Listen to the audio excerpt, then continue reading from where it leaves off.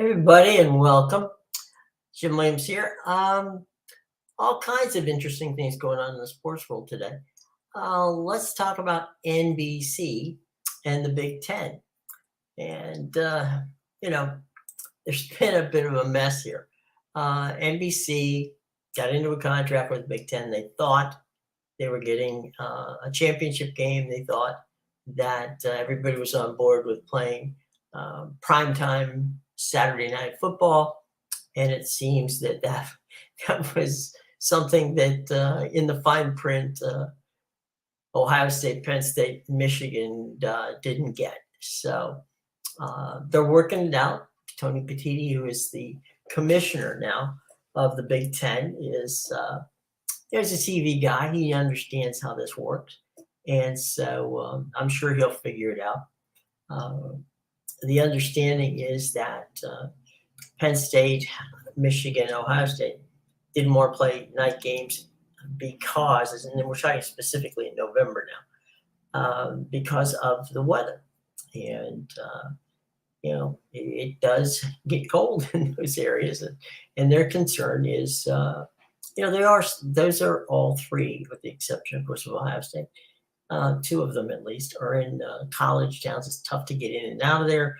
And for the safety of the fans, they are concerned that playing games, late into November is a problem. So again, they'll work it out. I figured that they'll probably get Penn State, Ohio State, and Michigan on board to play a game a year, and just alternate those two or three teams, and you'll end up with probably USC and maybe Wisconsin and some of these other big name brands that are left in the Big Ten that everybody will get a chance to enjoy. Let me grab the comments here. Hey, Katie, how are you? Good to see you again. All right, what you got for me? How is that Big Ten best possible? Crooked Commission. Katie, the old adage that the devil's in the details is kind of what happened here. Kevin Warren, the former commissioner, put together a contract which he gave NBC a number of things which he didn't clear with the conference. Now, you could say, well, that's Kevin's fault, right? But it also has to be on the presidents because they vetted it. They said, fine, go ahead. So they signed off on it. And so now they're getting into the details. I assume, frankly, that this will get fixed. I really don't think. But here's where the issue is, okay? The quote-unquote $100 million contract, which is what they were talking about, is probably not. It's probably closer to what the SEC is going to get, which is 50, 60 million. So they're going to be at about probably 60, 70 million per team. So clearly it's not going to hurt them. It's just messy. It doesn't look good. And I think that's where the thing goes off. Is it the Crooked Commission? No, I think sloppy maybe would be a fair way of putting it, because you don't necessarily do these deals and not get sign off from the people that are so important to the deal. So again, I don't think it was anything that Commissioner Warren did that was crooked. I just think that he assumed, you're the commissioner, you can, I think he assumed that he could do things that he later found out was not under his purview. But that's more sloppy to me than it is crooked. But it is possible because these contracts are done, and what happens is they're sent to the lawyers, and the lawyers find things in there that they may not have thought about. So that's kind of what happened here with the Big Ten. And what makes it even more bizarre is that the Big Ten's ability to create this CBS, Fox, and NBC triad was run through the Big Ten network. So I don't understand how Fox wasn't involved or didn't know that that Warren gave away one of the championship games to Fox. I'm sorry, to NBC, when Fox clearly, at least in contractual form, was responsible to get it. So, they're going to have to figure that out with NBC, and I think that they will. Is it going to cost them some money? It probably will.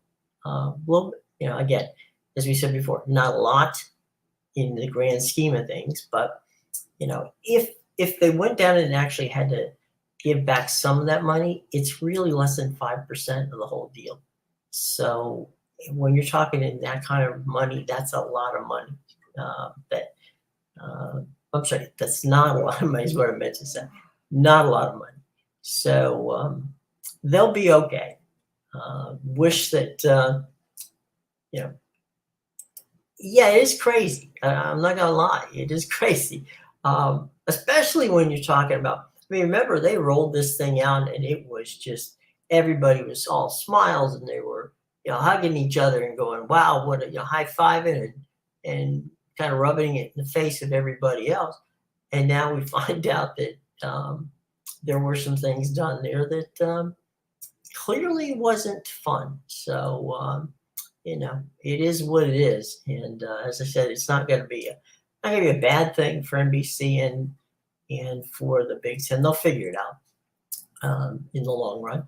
And the good news for them is they have, it doesn't kick in this year, so it'll kick in next year. So it really does give them time to figure this out. It also gives NBC and the Big Ten time for Tony Petitti to go and bring some of his reluctant people to the table, like Penn State, Michigan, and Ohio State. So I wouldn't be too panicked if I were a fan of the Big Ten, because as I say, even under worst case scenario, they're not going to lose much money.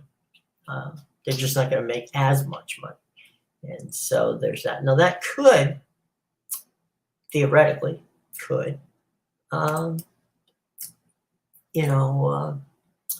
it could affect when they choose to expand again. And I'm hearing that that's probably not for 2 or 3 years at least, because they want to see how the USC UCLA experiment works before they take on any potential West Coast teams any further. So I'm not certainly wouldn't rule out that they're going to do it. I think they will, but I don't think it's going to be anytime soon.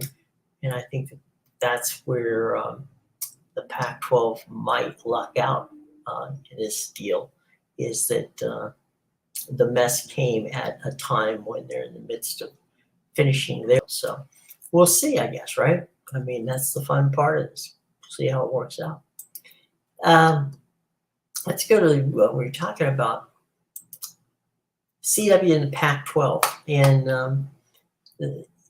in a statement, actually it was an interview, the president of CW said he wants to be involved in major college, Power 5 conference football, which obviously the only one left is the Pac-12. Now, we've had conversations about the Pac-12 and the CW in the past, and and the deal is that the CW has 100% coverage of the United States, as well as Nexstar, which owns the CW now, is the largest TV company in the country as far as owning TV stations. So even if they had some issues getting a CW station to air a game, Nexstar could go out and do the affiliate deal and say, okay, I'll tell you what, we'll offer it to somebody else in the marketplace. If they don't have a CW station that wants to do it, That was the old way of doing things. I mean, you could watch a game on, a CBS affiliate, ABC affiliate, back in the day, or an independent television station, and then you'd watch, the national game. So it may be going old school, and the CW certainly has the ability and the windows that would allow them to be a good partner for the Pac-12. I don't know that they are a partner for the Pac-12. I know that they had been in conversation with them. So I'm not saying they are. I'm simply saying if they were, they'd be a good partner. So that's the CW and the Pac-12. All right, let's go to streaming in sports. We'll start with the Big Ten thing that we were just talking about. Peacock gets 8 exclusive games. Now, those games are not necessarily all night games. They would not be in the afternoon, though. And the reason for that, the 3:30 window Eastern time, because that's CBS, and CBS is using Paramount Plus. So CBS and Paramount Plus will stream those games. Fox has the noon window Eastern time. So that means that that's where they could end up grabbing, Peacock could end up grabbing some games there. Okay, so that's a possibility. And then, of course, there's the night games, which they could, also air. I don't think that there's going to be any Big Ten After Dark, which would be in the 10:30 Eastern time window. You might get 1 or 2 games there, but I don't think that is something that NBC or, frankly, Peacock is particularly interested in. So we'll see how that works out, but I don't think that's something that's in the cards, at least anytime soon from that standpoint. So let's take a look at what we got next. And, our buddy Andrew Marchand and Johnny Allroyd, who was a colleague of mine at Sports Business Journal, says that ESPN is out of the Pac-12. Well, never say never, okay? They may not be talking at this time, but I wouldn't rule out that at some point in time before it's all over, ESPN does have at least one more bite at the apple before the deal is done with the Pac-12. ESPN's in a bit of a financial aspect issue right now. They know that, they just laid off a number of people, and so they passed on the MLS. They passed on Thursday Night Football, which could have been to ESPN Plus. They passed on NFL ticket, Sunday ticket. So there are a lot of things they passed on, and they did so, I assume, from us wanting to save money. So, are they going to overpay for the Pac-12? No. But at the same time, if the Pac-12 gets a media deal, that's a solid one, then ESPN is shut out of the West Coast, and that would be actually they'd be shut out not only at the West Coast but also the Mountain Time Zone. So basically, they would be a Midwest to the East Coast network when it came to showing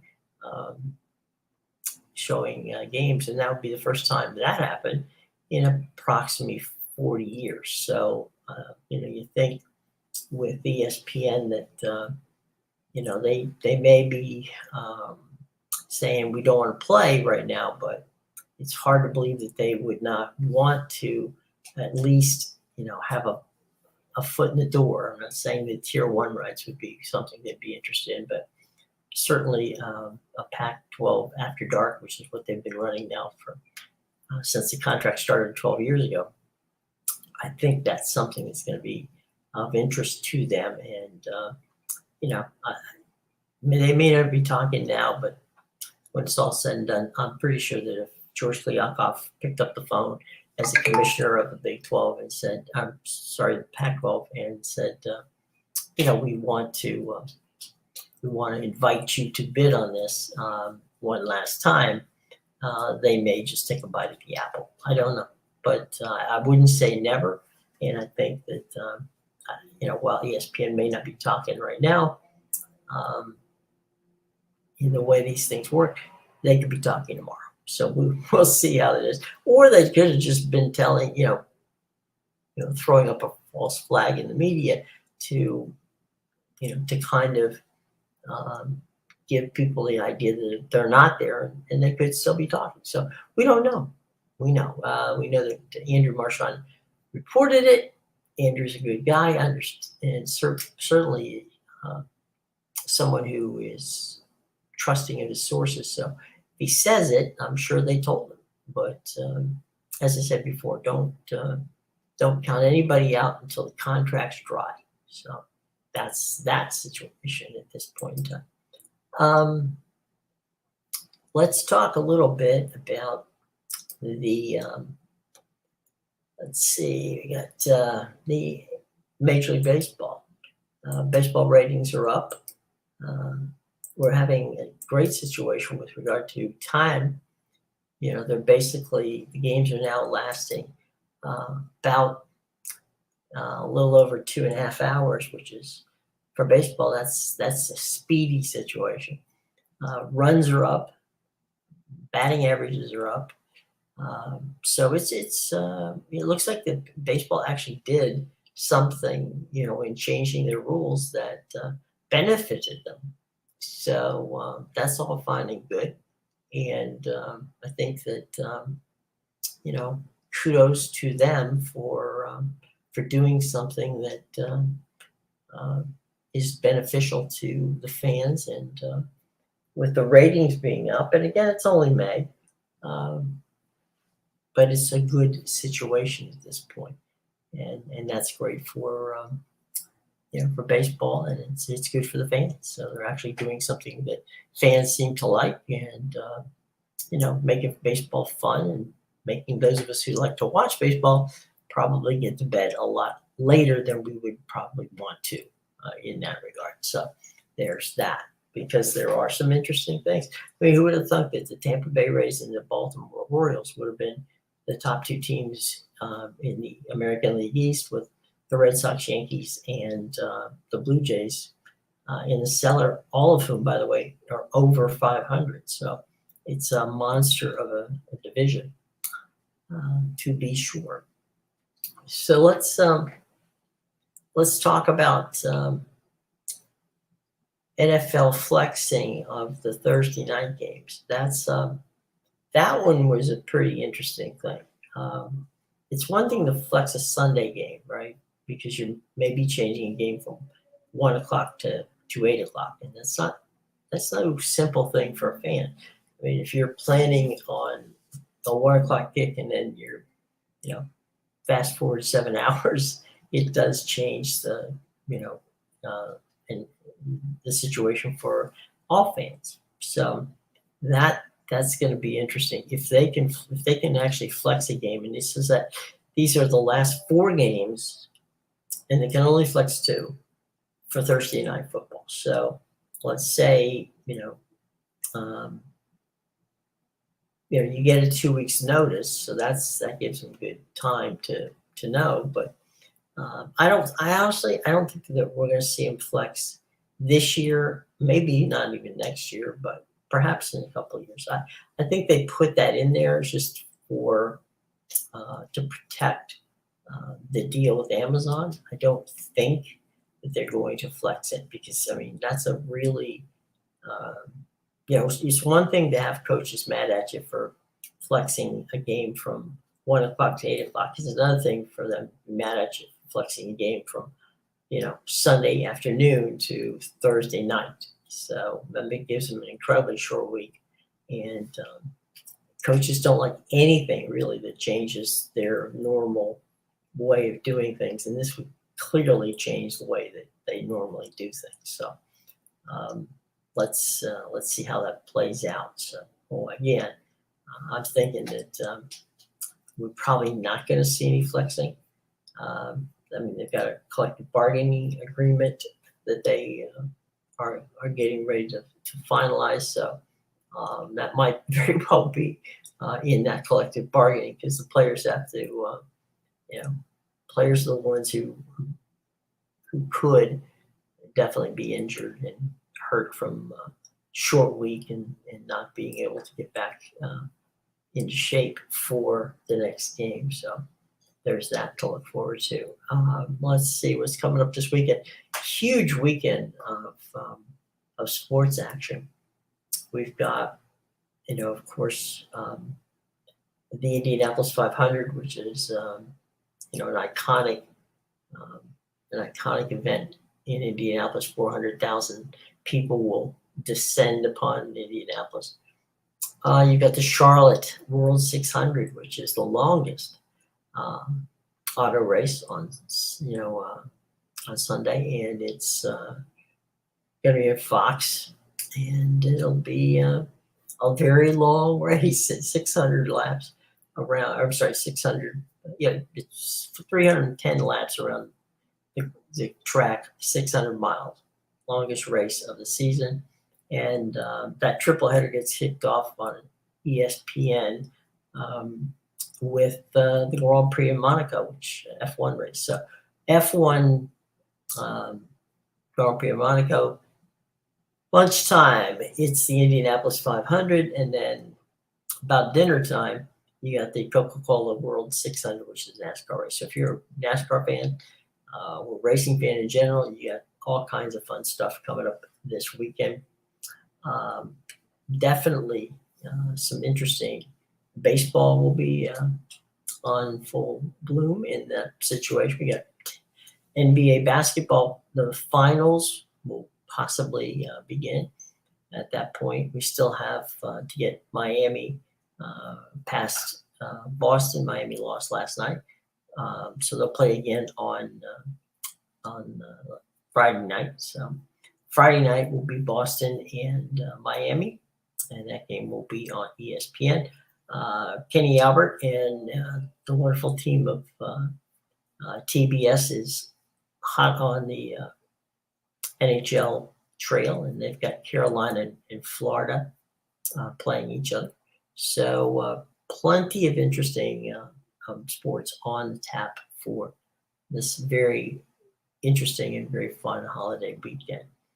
There's golf for those of you who are golf fans. It's the Colonial, and let's see what else is going on. I think that's about it from a major sports standpoint.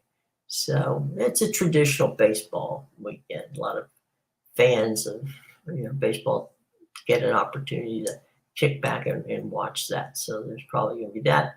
Obviously, there's going to be MLS soccer on Saturday night. There's going to be Saturday morning, plenty, and Sunday morning, plenty of Premier League soccer.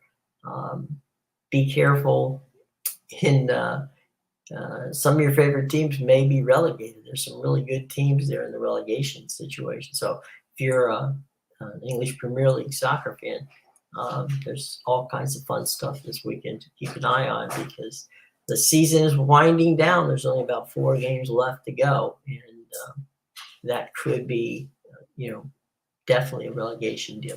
So, all right, we're going to wrap things up here. We had a fun half hour of chatting, and we'll see you tomorrow. And thanks for coming by. Thanks for asking questions. And until tomorrow, I'm Jim Williams, and you guys have a wonderful and safe evening, okay? All right.